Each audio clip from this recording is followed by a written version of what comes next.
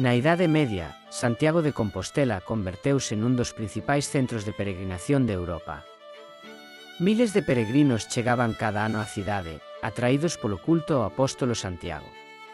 Os núcleos de poboación onde se concentraba unha maior cantidade de xente demandan cousas, demandan produtos, demandan actividades.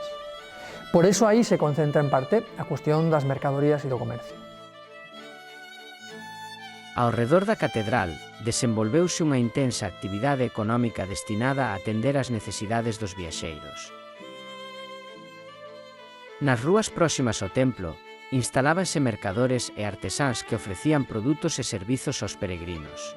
Os mercados son espazos concretos, coñecidos, nos que se organiza unha venda regrada, nos que se axustan tamén prezos, condicións e capacidades para as vendas, horarios tamén, son lugares de reunión, de coñecemento das noticias, son lugares de exposición das noticias dos concellos. Quid iste pretaium est? Det numos oleos. Un dos produtos máis característicos da cidade era o azabache, traballado por artesáns especializados para crear amuletos e obxectos devocionais. Xunto a estes obxectos, os peregrinos podían atopar comida, viño ou pequenos produtos para continuar a súa viaxe.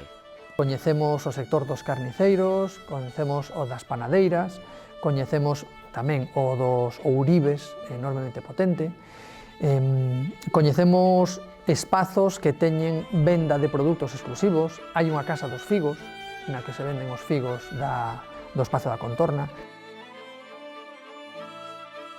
Este fluxo constante de visitantes converteu Compostela nun importante centro comercial do Reino de Galicia.